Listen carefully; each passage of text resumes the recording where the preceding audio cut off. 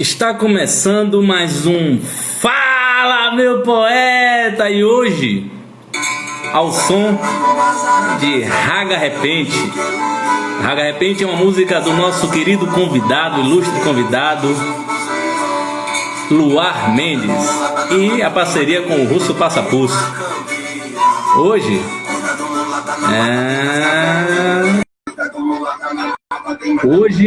nós estamos aqui em ritmo de final de temporada. Diga, meu querido Luar Mendes, estou aqui ouvindo o Raga Repente. Jogando na mente. É um grande prazer, velho, estar com você. O prazer. Eu vou baixar um pouquinho aqui para a gente poder conversar. Sim, então é isso. Está começando o nosso Fala, meu poeta, o último dessa temporada. E para abrilhantar, né? Porque tudo que se fecha, né? A gente geralmente fala assim, vamos fechar com chave de ouro. Eu estou aqui com um personagem da cultura baiana e a gente tem que dizer mundial também, porque a gente está no mundo quando a gente entra na internet, né, meu querido? O nosso querido Luar Mendes. É um grande prazer tê-lo aqui. É um poeta, compositor. Estou escutando a música que ele fez em parceria com o Russo Passapulso aqui, o Raga Repente. Quem quiser conhecer, eu te deixo à vontade para falar sobre ela, onde encontrar. E vamos começar esse bate-papo. O Raga Repente, ele tá no YouTube lá, né? Foi uma parceria que eu fiz aí com o Russo Passapulso, com o DJ Raiz. É importante, na verdade, começar falando desse movimento, né? O movimento Sound System, que chega em Salvador com toda a sua influência de sistemas de sons, de frequências, de beats, né? De ritmos jamaicanos. E chega em Salvador a partir da Boca do Rio com os pesquisadores DJ Raiz, DJ Pureza, Dudu Caribe, né? Já existia um coletivo e essa coisa de misturar, né, os beats digitais com as músicas orgânicas, isso é uma receita infalível, né? Uma coisa que funcionava, sempre funcionou a vida inteira, né? Chico Science fez isso, né? Nação Zumbi fez isso, né? Você pegar os elementos populares e tá misturando isso com os elementos digitais, né? Eu acho que realmente tem dado certo e tem nos mostrado isso porque eu tenho sempre falado com os meus amigos, as pessoas que eu discuto sobre música, sobre composições e afins, que existe a necessidade, nós estamos vivendo pelo menos um período, eu acredito assim, expondo o meu pensamento, nós estamos vivendo um período que é necessário criar coisas, apresentar soluções novas, e mesmo que elas sejam velhas, mas repaginadas, porque a gente fala tanto da MPB, e a gente fica meio perdido com essa questão de MPB, né? Porque MPB parece, na minha cabeça, uma prateleira de coisas chiques. Então, quando eu falo MPB, eu olho assim e digo, poxa, será que eu tô nessa prateleira? E a gente fica perdido. Então, é necessário, né? A gente tão rico como nós somos. Você fala da Boca do Rio faz parte de um cenário enorme da minha vida, na minha infância, né? Eu tive a minha infância, uma boa parte dela, na Boca do Rio, né? Entre o Cajueiro... Vidas e vidas. Manda. Eu tô falando entre o Cajueiro e o Marbac ali, porque eu morava ali pelo Cajueiro e estudava no colégio no Marbac. Na fronteira ali entre a Boca do Rio e o Imbuí, justamente, né? Exato. A Boca do Rio, ela sempre foi vanguarda, né? A Tropicália nasce aqui na Boca do Rio, né? E é o berço da Tropicália. E segundo Tonho Matéria me disse, é também o berço do samba reggae, porque tinham os arrastões aqui na Boca do Rio de samba reggae, né? As coisas começaram meio que aqui mesmo, né? Aqui também tem um histórico de resistência à ditadura militar, né? A Boca do Rio tem uma coisa, né, de vanguarda. E o movimento Sound System também começa aqui no bairro a partir dessas figuras. Russo Passapulso é uma figura que, né, que está aí despontando, mostrando esse trabalho. E quando a gente compôs o Raga Repente, a ideia, na verdade, era um projeto muito maior, que os caminhos e descaminhos da vida acabou que atrasou um pouco, mas que recomeçou agora. É uma coisa que depois eu vou falar um pouquinho também sobre isso. É um projeto que recomeçou agora. E na época do Raga Repente foi lindo porque tudo se encaixou, né? A gente teve ali Cicinho de Assis na sanfona, Marcelo Seco, que é um grande profissional, hoje está tocando no Baiana System, contrabaixo, e ele gravou com a gente, né? E Wilton Batata. Foi assim uma gig, é o que eu chamo de uma gig perfeita, né? Não, com certeza. Eu acho também que as coisas às vezes porque a vida é breve, a gente tem visto isso assim, né? Agora com essa pandemia a gente tem notado que realmente a vida é breve. Então a gente fica assim, quem produz, quem está no meio de uma efervescência de ideias, entra às vezes na aflição quando a coisa não, né, toma aquele impulsionamento que a gente às vezes está esperando naquele momento, mas eu acho que a semente é necessária. A semente, ela é sempre necessária. A gente precisa fazer parte da história, contribuindo com isso. Então, a gente, né, entra nesse processo. Exato. Aqui, você está no reduto do verso. Eu não sei se você já, né, se enturmou, mas assim, eu vou lhe enturmar. Aqui você está no reduto do verso.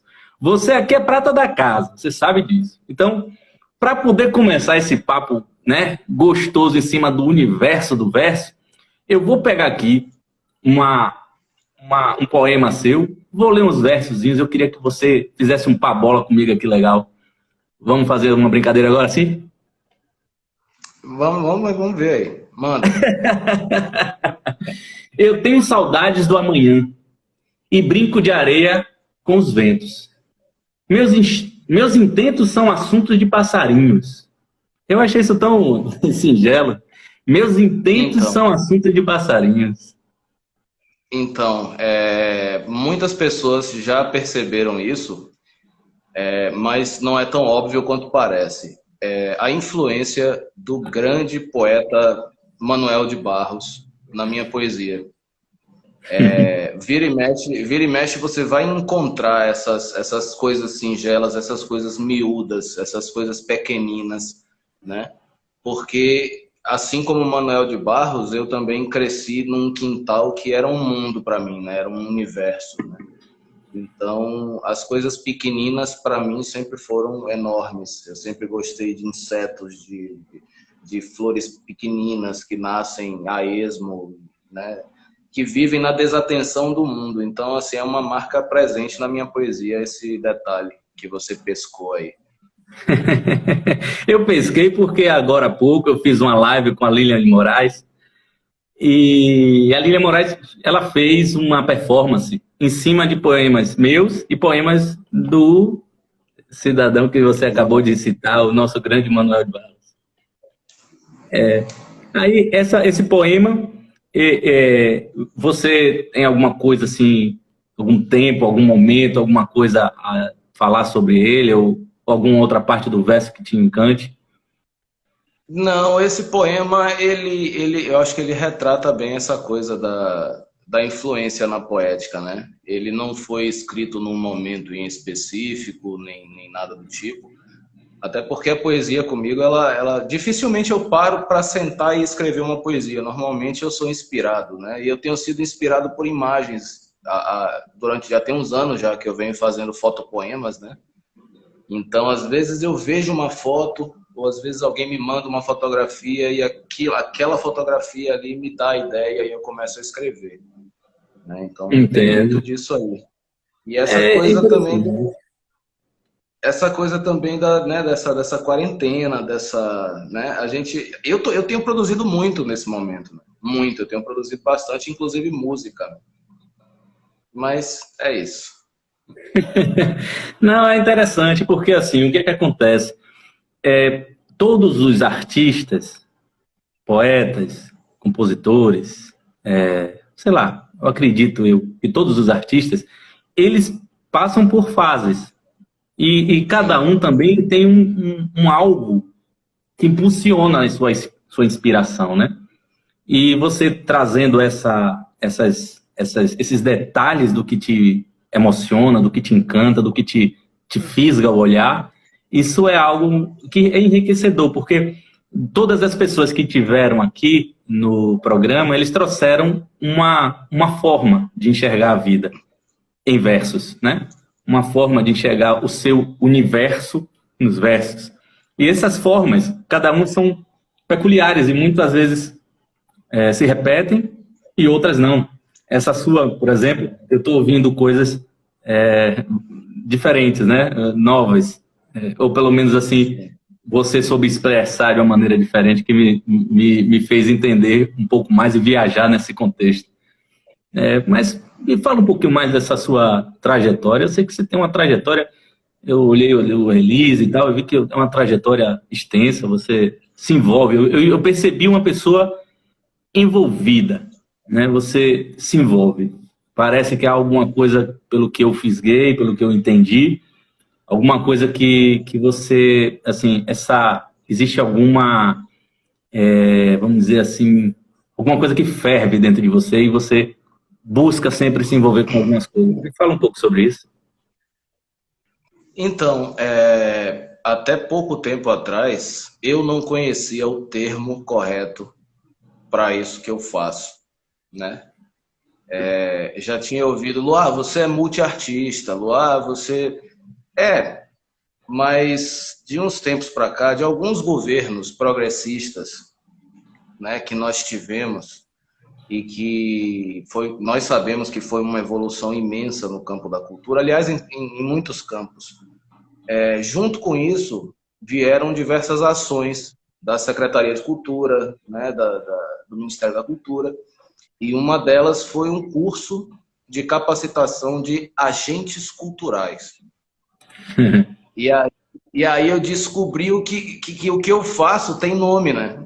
Então, assim, eu sou um agente cultural. Eu não consigo chegar num lugar, numa localidade e normalmente os lugares têm poetas, têm poetisas, têm escritores, tem gente que inclusive escreve, mas não expõe, né?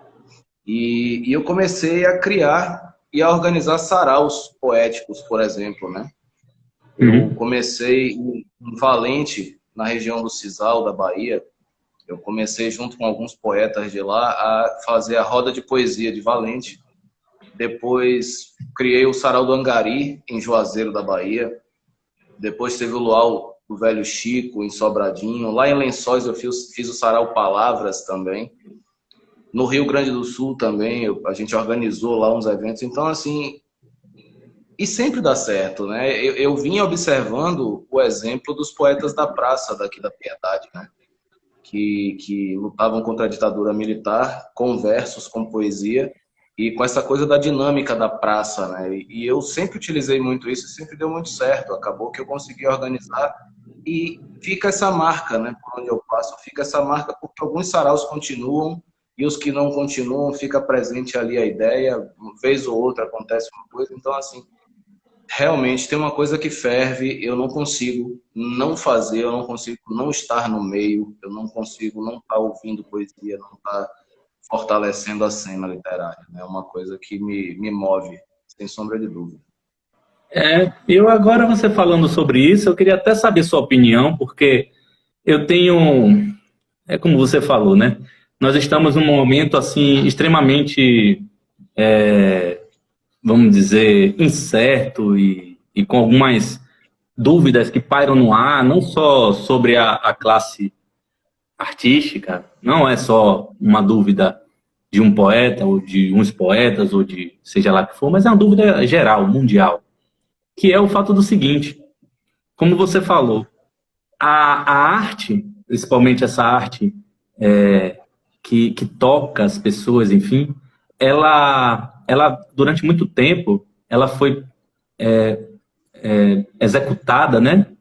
Criado os recursos e as formas de colocar ela para expressar ela nas praças, no contato, na aglutinação, né? Nessa coisa de...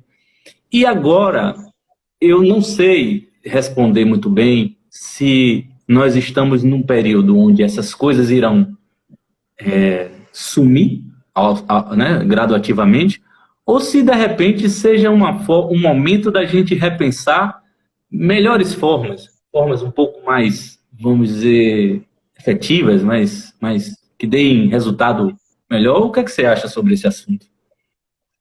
Eu concordo contigo. Eu acho que a pandemia, ela veio também para tirar um pouco a gente do conforto, né?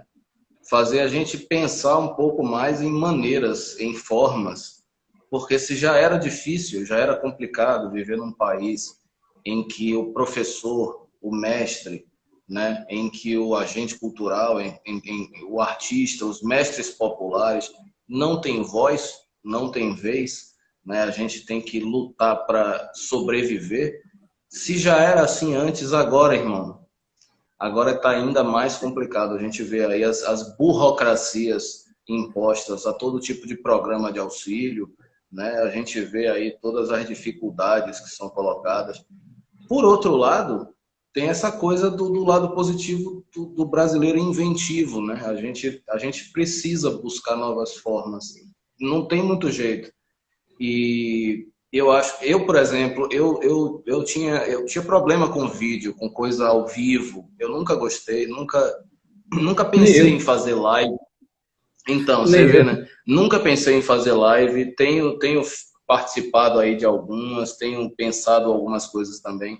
Então, assim, acaba que tira a gente, né, do conforto ali que a gente está a gente vai fazer um evento, a gente vai chegar lá, a gente já sabe mais ou menos quantas pessoas tem, porque, né, comprou o ingresso, a gente está vendo ali que tem uma lotação, a gente vai fazer aqui início, meio e fim.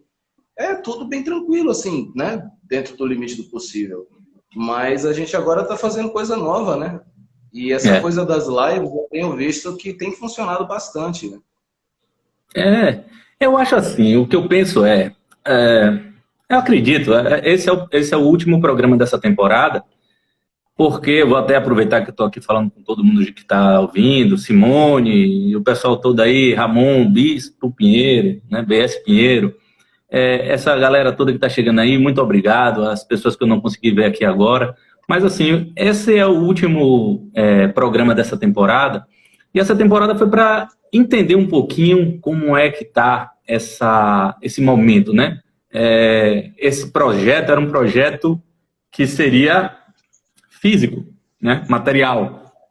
E devido às circunstâncias, eu resolvi criar esse processo virtual, mas não virando uma mera live. Eu não queria chegar aqui e ficar falando das mesmas coisas e criando um espaço para estar repetindo coisas, né?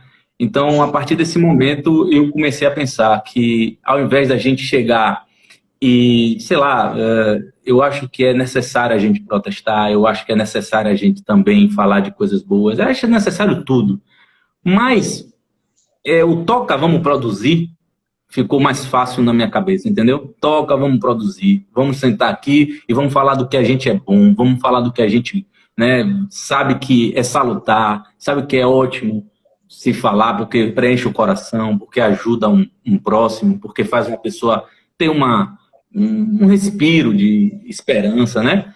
Você, eu, que somos escritores, que a gente coloca no papel o que a gente sente, o que dói no nosso coração, ou o que faz nos alegrar, nos encanta de certa forma. Temos esse privilégio, talvez, né? Porque muitas pessoas não têm o privilégio de tirar de dentro para jogar para fora, seja lá o que for. Então, isso aqui é, de repente, uma capacidade que a gente, né, tem de mostrar ao povo que as coisas elas podem ser melhores quando nós começarmos a ser melhores, né? Isso. Acho que essa que é a grande temática.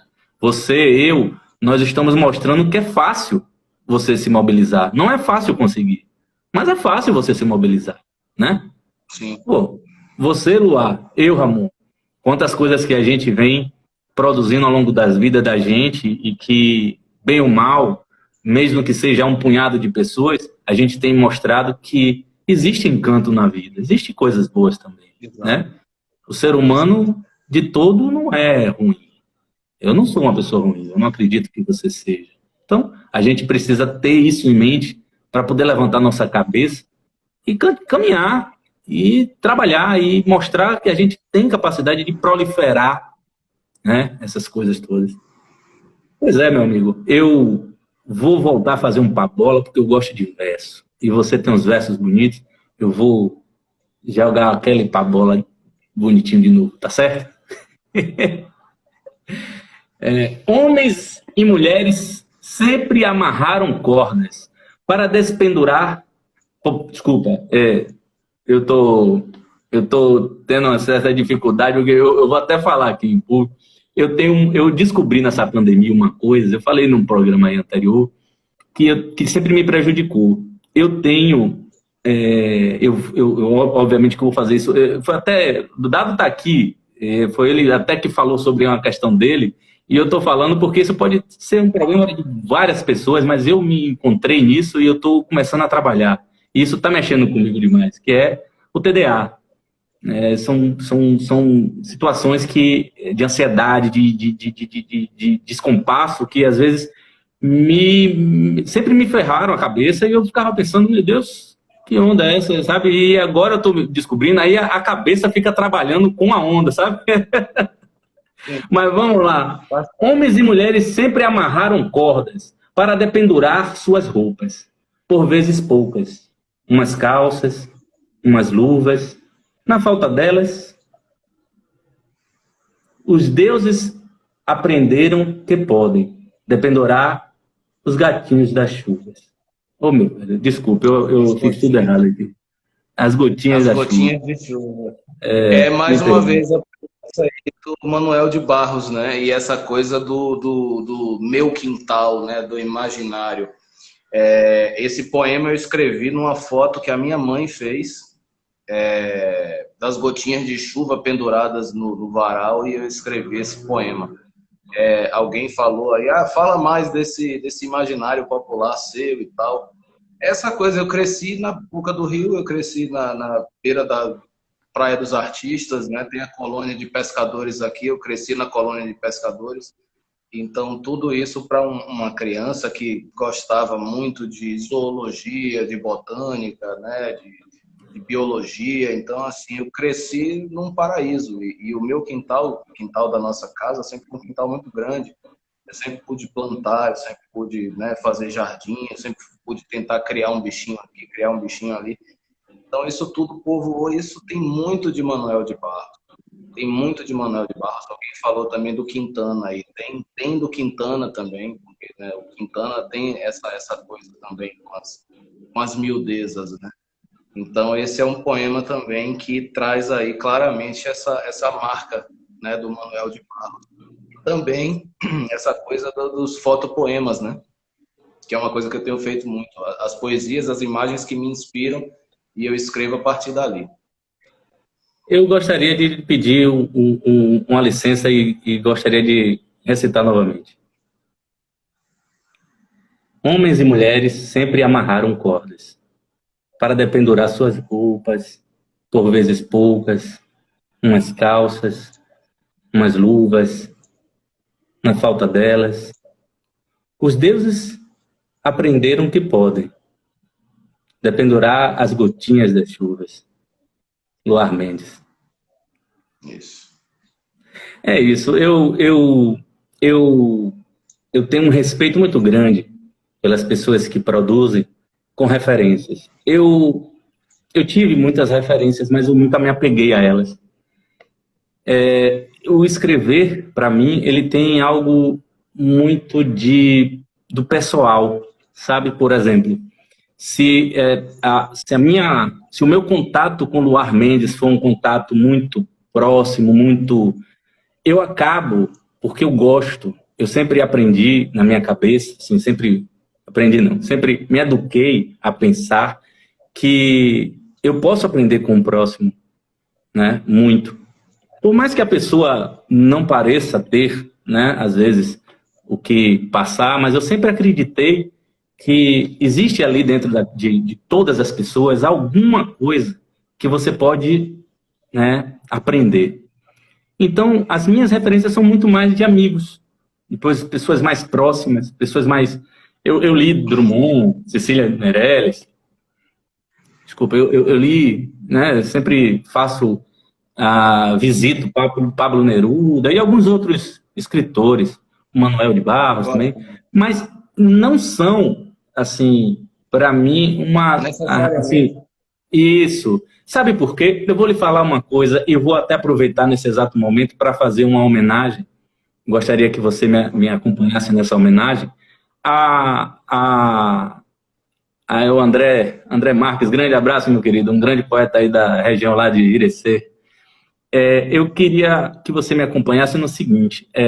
Primeiro, eu gostaria de a gente fizesse aqui uma vibração positiva em homenagem à perda de 2 professores que nós tivemos agora, que foram referências tanto na escrita quanto na vida em si, né, na produção, que é o Jorge Portugal e o Jaime Sodré. Eu gostaria de me solidarizar aqui com todas as pessoas que têm por eles um apreço, uma referência, né, que tinha, né, e ainda continuarão tendo. Mas eu queria dizer aqui que eu não queria um mundo onde a gente tivesse que esperar que poetas morressem para a gente saber que eles existem. Eu não queria um mundo assim. Eu queria um mundo que soubesse quem os poetas que estão vivos, para poder, de repente, procurar por essas pessoas enquanto elas estão vivas e, de repente, inspirar mais essas pessoas. Porque muita gente não sabia que Jorge Portugal era poeta. Eu tenho certeza que muita gente não sabia que as músicas que ele compôs eram dele, né? Ninguém sabia da vida de Jaime. Muita gente, aliás, ninguém, vírgula. Muita gente não sabia. Então, assim, eu não queria um mundo assim, sabe? Então, por essas e outras que eu não busco muito a coisa do que foi, apesar de ter coisas maravilhosas que fazem o nosso, né, que criam o nosso imaginário, que educa a gente a pensar assim, né, que instiga, que puxa a gente para isso. Mas eu quero admirar um Luar, entendeu? Eu quero admirar um Dado Pedreira, eu quero admirar um Herculano Neto, um André Marques, porque a gente tá vivo, cara. Não é isso? A gente tá vivo. O poeta, acima de tudo, eu acho que mais do que qualquer o poeta, ele busca ser eterno. Não existe muito essa coisa judaico-cristã e do ego, sabe? E o ego, temos que matar o ego. Não, o poeta é o contrário. O poeta, o ego é visto de uma outra maneira, completamente diferente. Ele quer ser lembrado para sempre. Ele quer se eternizar de alguma forma. E isso é uma marca, é uma característica. Eu queria aproveitar essa aspa rápida aqui para também homenagear o fundador do Partenon Literário no Rio Grande do Sul, Benedito Saldanha. Nós perdemos esse poeta. Eu fiz uma homenagem a ele na última live que eu fiz, mas foi no Google Meet, né? E aí não tinha salvou a live e tal. Infelizmente eu perdi esse material, mas eu queria então novamente homenagear e também dizer que a gente fique atento, porque nós estamos perdendo também os maiores professores de todos, que são caciques e pajés indígenas que estão padecendo aí, não só frente à pandemia, mas frente ao desgoverno que a gente vive na atualidade, né? Então, assim, nós estamos vendo queimar bibliotecas inteiras de conhecimento, sem poder fazer nada. Fica aí o nosso registro. É verdade, eu acho que isso está certo mesmo. A gente precisa ter esse tipo de iniciativa e pensamento, porque nós estamos nos acostumando a deixar passar, né? A gente não pode deixar passar, não tem mais o que deixar passar. Essa pandemia já mostrou que o que pode passar é nossas vidas. Exatamente. Né? A gente está aqui e, de repente, amanhã não mais. Então, enquanto estiver aqui, eu acho que qualquer pessoa que esteja viva e seja uma pessoa vívida, compreendendo o universo, pelo menos o mínimo, e assim também o mínimo, tem que pensar em contribuir. A gente tem que pensar em fazer alguma coisa para amanhã, para os nossos, para os mais novos, para os idosos também, que tanto fizeram pela gente, né? Então, é a construção, é o processo de construção, é o processo de encantamento que faz com que o homem tenha esperança de viver. Esperança. A gente está caindo num grau de depressão horrível. Eu estava vendo uma live do Lucas Argolo agora essa semana. O Lucas Argolo estava fazendo uma live essa semana, ele é psiquiatra, é meu irmão, é compositor, e para mim um letrista muito bom e tem uma cabeça legal. Ele estava fazendo um convite que eu fiquei pensando muito depois disso. Ele estava fazendo um convite para a gente se reconectar com nossa arte. Isso é necessário, né? Agora mesmo nesse período de pandemia é necessário. Os que já estão conectados com a gente fica buscando meios para poder distribuir isso, né? Para poder dissipar e iluminar alguma coisa. Mas as pessoas que não precisam buscar a sua luz, seu artista interior, mesmo que seja da audição, mesmo que seja do riso, porque rir é uma arte, né? Sim, sem dúvida. Pois é. Tem alguma coisa que você queira apresentar para a gente? Mandar, inclusive, um abraço a Igor Santana Caxambó, que foi quem me ensinou, né, essa coisa do riso, da importância do riso. Ele que é palhaço, que é clown. Aquele abraço aí. E o poeta Luiz Carlos Bahia, que é um grande poeta e compositor baiano, ele disse essa semana que precisamos dos palhaços, precisamos dos poetas, nós precisamos sorrir mais nesse momento. É um bom medicamento. Eu evito, eu tenho uma maior, assim, eu tenho feito alguns trabalhos de educação, eu acho que o nome é esse, reeducação, na realidade, sobre a questão da fala, né? Eu evito chamar, por exemplo, um condenado desse que está aí governando, dizendo que está governando, de palhaço, porque palhaço, eu tenho o maior respeito pelo palhaço. O palhaço trabalha. Não é aquilo. Não é aquilo. O palhaço trabalha, o palhaço tem respeito, o palhaço não é ladrão. Então, eu acho assim, a gente tem que ter uma educação. E está exigindo, né? E para a educação, é necessário, aí vem a necessidade dos poetas. Poeta também educa. Poeta educa. Poeta foram, eu já falei também em lives aqui anteriores, nós fomos os primeiros educadores, né? Do velho mundo. Exatamente. Era os primeiros jornalistas também, a gente que registrava a história, eram os poetas. E, para além disso, a poesia, principalmente a poesia de cordel, ela é utilizada como instrumento educacional, né, pelo Paulo Freire, pela educação para adultos. Então, assim, é um fato. Nós somos educadores. E talvez por isso sejamos tão maltratados. Exatamente. Justamente por isso. Exatamente. Eu fiz até um poema essa semana. Eu vou procurando ele aqui, mas eu queria que você falasse um pouco mais, se você quiser apresentar alguma coisa sua mais, alguma coisa, você até me disse que tinha algumas coisas para falar.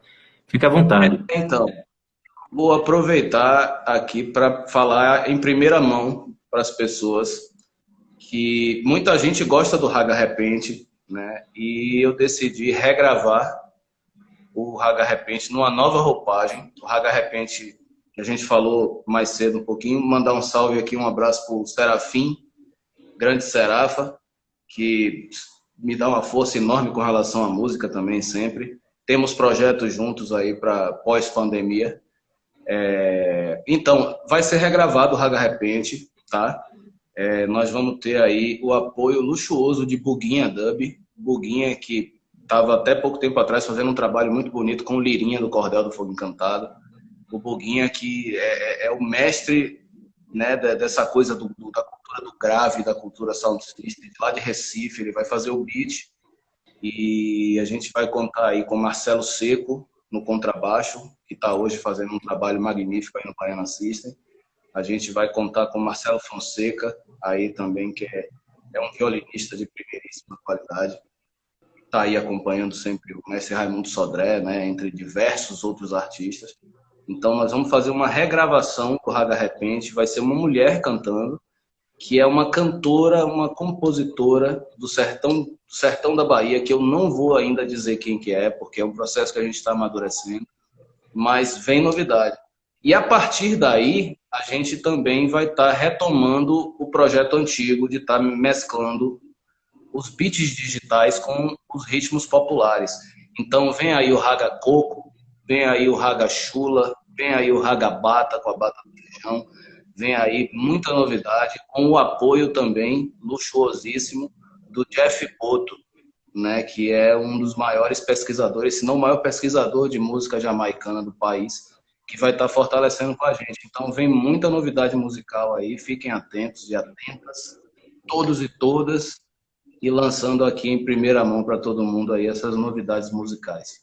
Eu fico feliz que você tenha utilizado o espaço daqui do Fala Meu Poeta para isso, para dizer em primeira mão essas informações maravilhosas.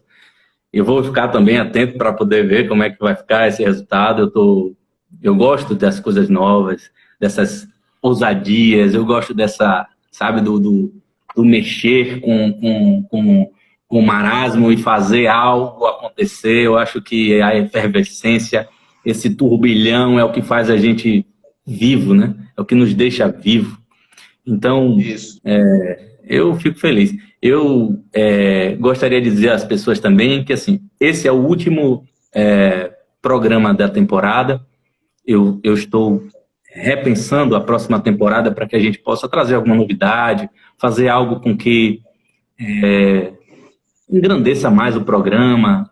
São algumas pessoas que já estão confirmadas para participar do programa na próxima temporada, mas que eu acredito que é necessário a gente sempre mudar para melhor, criar um ambiente que seja mais atrativo também, porque Sim. A arte, ela tem... A gente que trabalha com arte, a gente tem a maior dificuldade. Eu estou falando aqui com vários artistas que estão nos acompanhando, e você também sabe disso.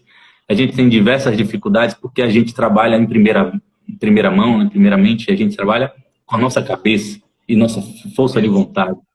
A gente não trabalha com um investimento para as coisas. Então, a criatividade, ela vence muita coisa, mas ela também exige que a gente tenha um pouco de esforço e tal. Então, para mim, é muito importante que as pessoas se reconectem com esse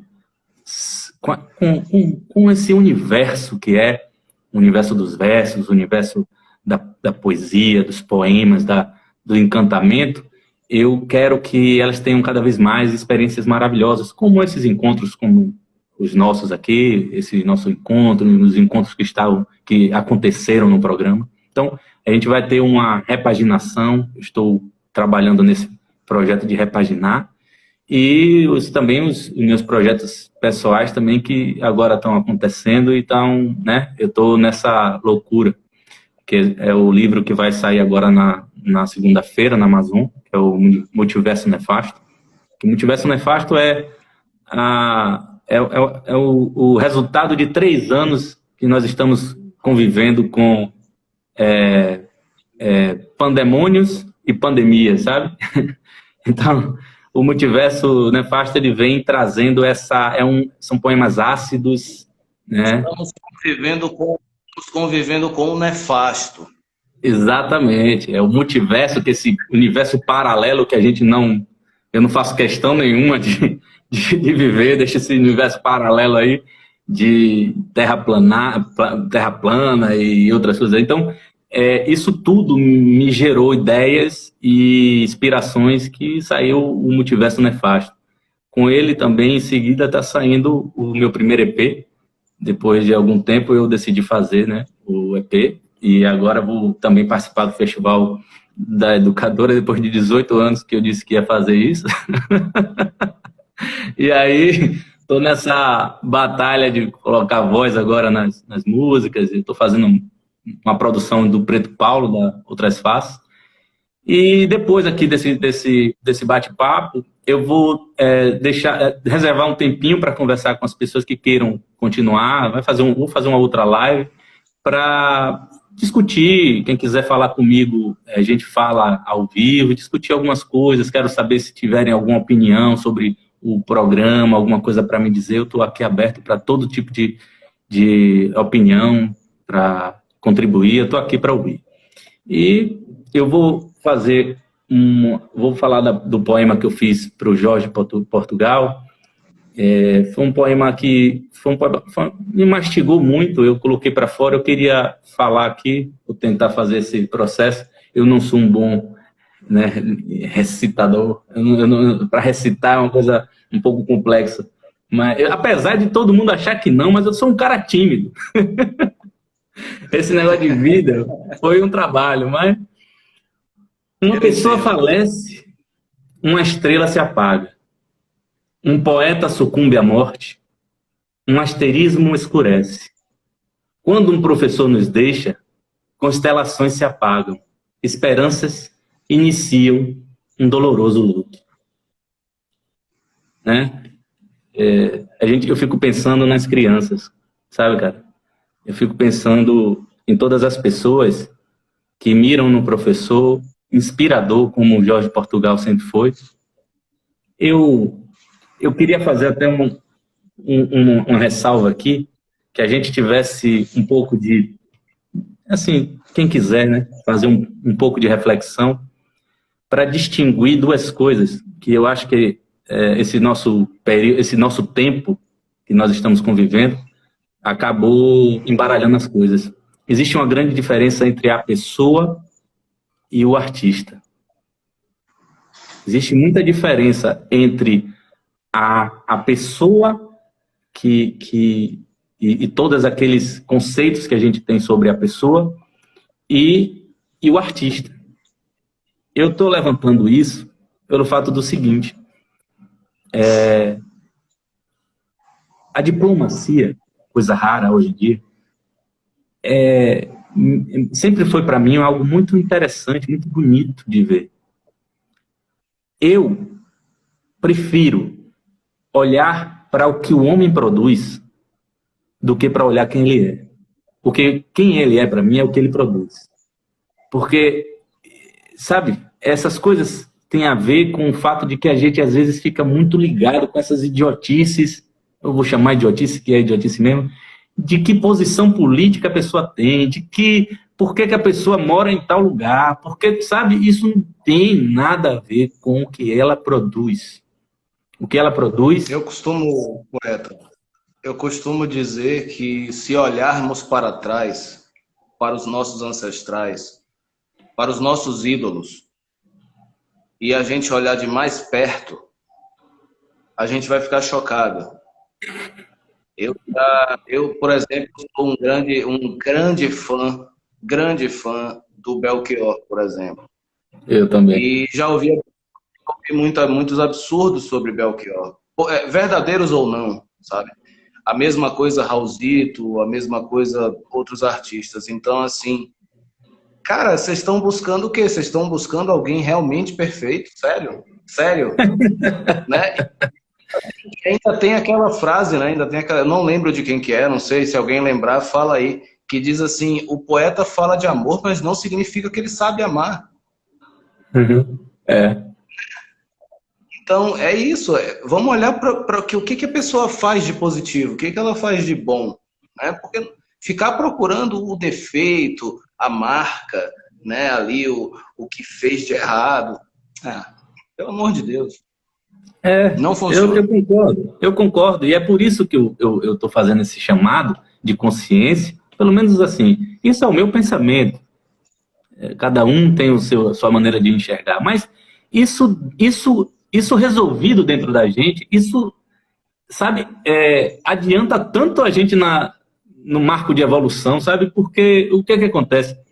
Aí eu lembrei agora de uma frase de um que não era, eu não fui muito, não era meu ídolo. Aliás, eu nunca fui muito de ídolo, apesar de eu gostar muito do Belchior. Todo mundo que fala, que me conhece, sabe que eu tenho um carinho enorme por Belchior. Eu acho que porque Belchior sempre para mim foi muito... as palavras dele, recitadas em versos, Era um verdadeiro, era algo tão verdadeiro, tão, sabe, nu, sabe, um sentimento nu, né? Eu estava ouvindo hoje, quando eu estou sobre as luzes, não tenho medo de nada, e a face oculta da lua, pô, velho, o cara tá ali, num bolero, olhando a lua, olhando, é muito massa, velho. Mandar um salve aqui, um grande abraço para Daíra Saboia, lá no Rio de Janeiro. Não dá mais para falar de Belchior sem falar de Daíra Saboia. Mandar um grande abraço para Daíra. É verdade.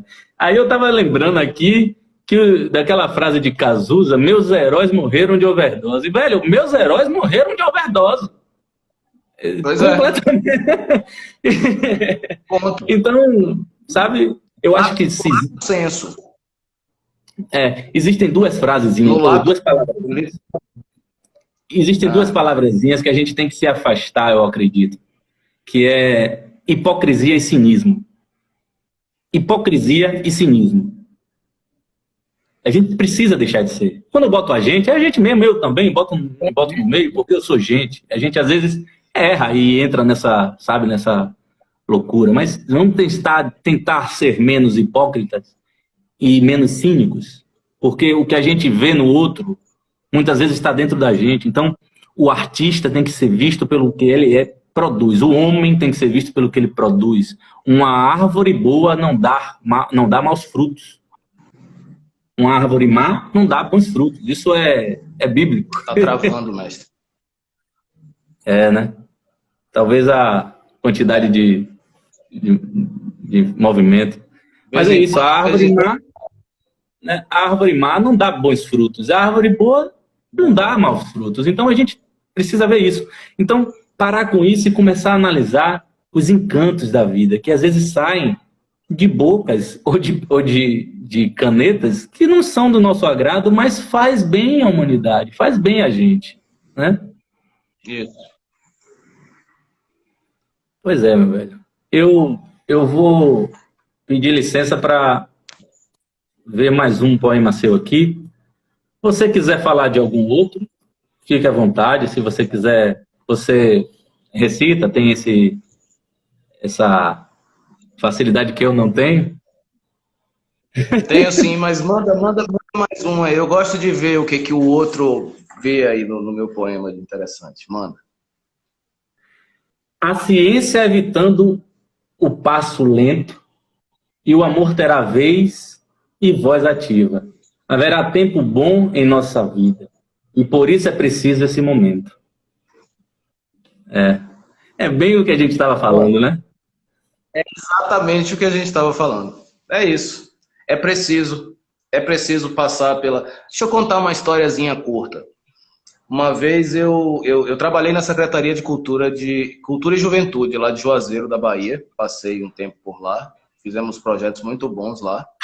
E, de repente, eu me vi ali num lugar com uma cultura, né, própria, um lugar com aquela coisa ali voltada para o Rio e com uma infinidade de possibilidades, né, para buscar.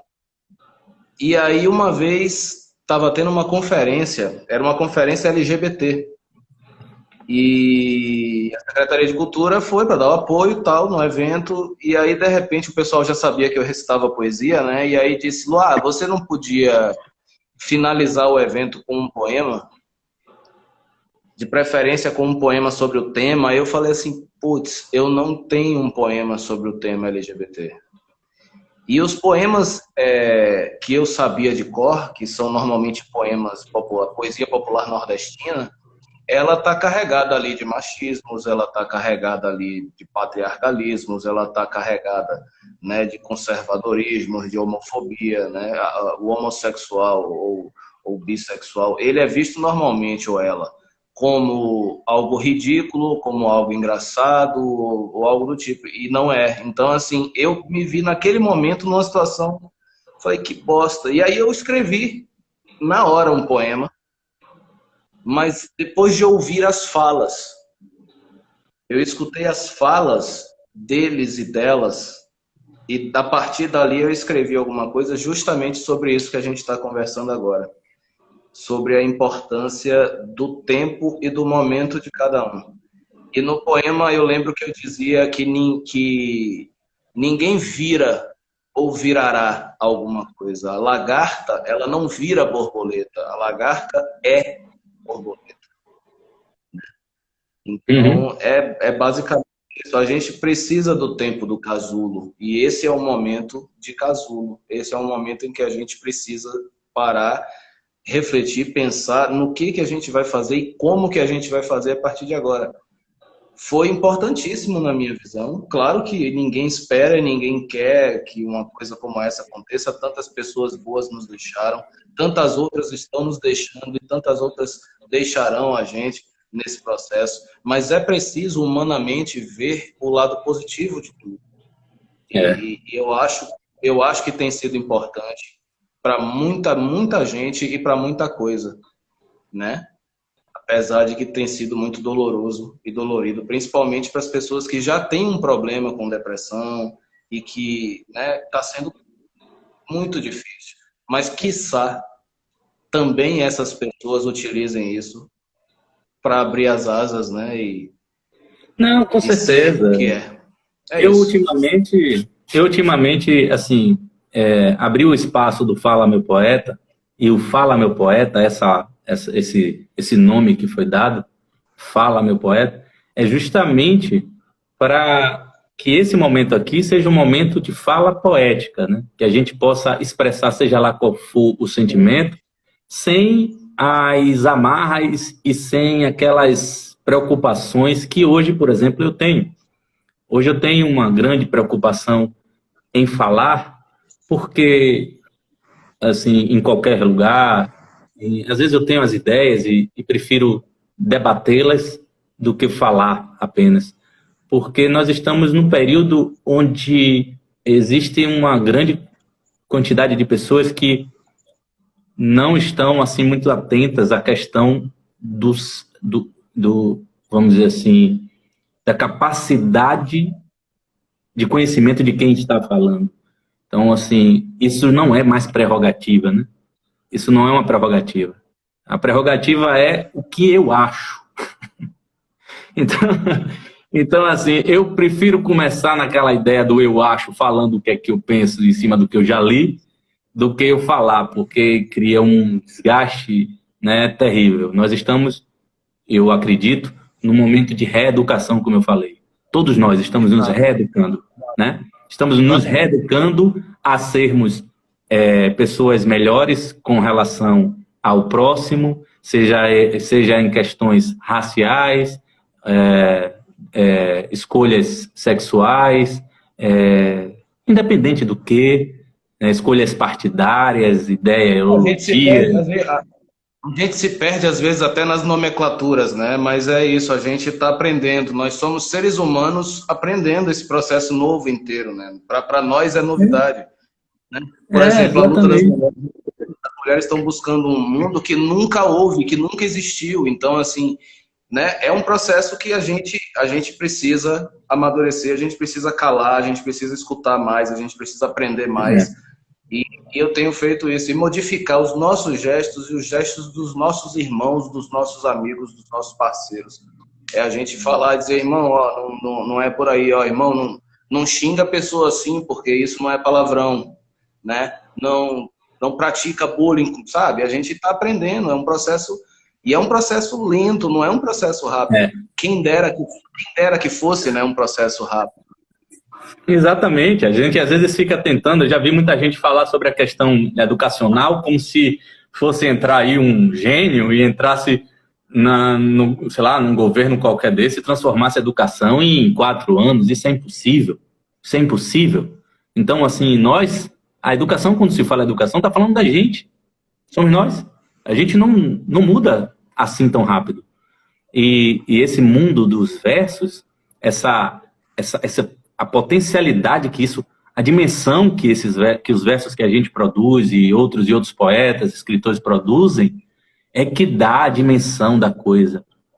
Aí está a importância dos livros e dos escritos em toda a história. Em toda a história, os escritos sempre foram muito importantes. É tanto por isso que em todas as guerras, as coisas que são primeiramente, né, em todas as guerras de todos os tempos do mundo, quando se tinha que destruir uma civilização, começava pelos escritos. Pelas bibliotecas. Porque exatamente os escritos que levam a marca, que levam o peso. Né? Uma certa religião hegemônica fez muito isso. Exatamente. Exatamente, é isso. Então, assim, é aí a questão da hipocrisia, né? A gente não pode falar de hoje se durante todos os tempos, né? Não tem essa cabeça. Exatamente. Vou fazer um verso, poeta. Fica à vontade, aqui é a sua casa. 56. A casa é sua. Eu sou feito pelo avesso. Os sentimentos me cobrem a carne. Eu quero sempre o que é estranho. O estanho no lugar do ouro. Eu quis a sabedoria do velho. Eu escolhi o caminho da gruta. Eu preferi a luta ao regozijo. Eu quero o movimento de uma ilha. O que me representa? A sutil melancolia dos poetas de Brasília. Eu quis a leveza dócil do Belo Monte. A poesia dos cantadores me representa. Minha alma reconhece e acompanha o brado mourisco do aboio do vaqueiro. Eu sou a sombra, a plena continuação. Eu sou a continuidade do sertão mundo. Plana sombra do que é profundo. Eu fui desenhado de baixo para cima e escrito em versos, da direita para a esquerda. Aqui está presente a poesia popular nordestina.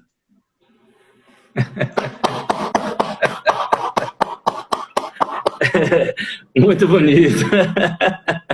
Muito bonito. Eu acho que a gente tem aqui mais ou menos uns 3 minutos. Eu queria, para a gente não sair correndo, se você quiser fazer algumas outras considerações, falar de onde a gente pode encontrar Luar Mendes e todas as suas criações, todos os seus encantos, eu deixo aqui o espaço para que você possa falar, fazer algum tipo de convite, falar sobre alguma coisa que você já falou algumas coisas, mas pode ser que existam mais e eu deixo você à vontade para isso.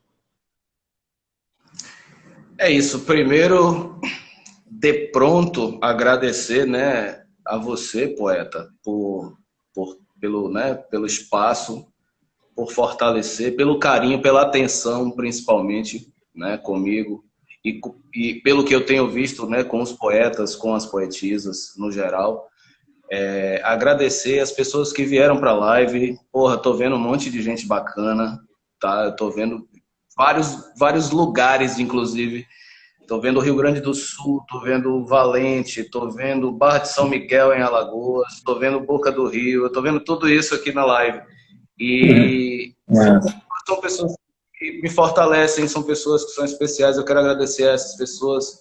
Não vou ficar citando o nome porque é muita gente, então, assim, agradecer, fortalecer, dar aquele abraço, assim, e quem não conhece, tá lá, tá no YouTube, a gente tem um canal no YouTube, né, Luar Mendes Oficial.